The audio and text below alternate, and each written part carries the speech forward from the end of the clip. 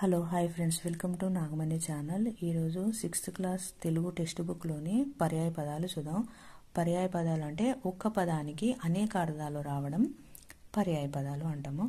అడవి అంటే వనం, కాన అరణ్యం, ఉదది అంటే సముద్రం, రత్నాకరం సాగరం, ఏనుగు కరి హస్తి గజం, కప్ప మండూకం భేకం దర్దురం, కథ గాథ వృత్తాంతం ఉదంతం, కడుపు కుక్షి ఉదరం పొట్ట, కథనం అంటే యుద్ధం, రణం సమరం, కపి కోతి మర్కటం వానరం, కరము చేయి హస్తం పాని, కుండ గుట్ట పర్వతం గిరి నగం, కోవెల గుడి దేవాలయం, కండ్లు నేత్రాలు నయనాలు, అక్షులు అన్న కండ్లుయే, ఖడ్గం కత్తి అసి కృపానం, గాలి అంటే పవనం మారుతం గాడుపు, గుంపు అంటే మంద సమూహం బృందం, చీకటి అంటే అంధకారం ఇరులు ద్వాంతం, చిలిమి అంటే స్నేహం నెయ్యం మైత్రి సోపది,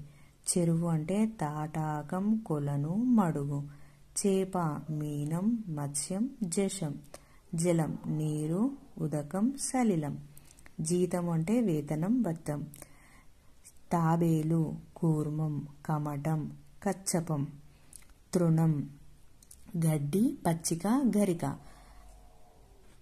దుర్గ అంటే చండి అంబ పార్వతి, దేహం తనువు శరీరం మేను పెయ్యి, నింగి మిన్ను ఆకాశం గగనం, నిజం సత్యం వాస్తవం నివ్వద్ది, నైపుణ్యం అంటే నేర్పు పనితనం కౌశలం. Thanks for watching. Please subscribe.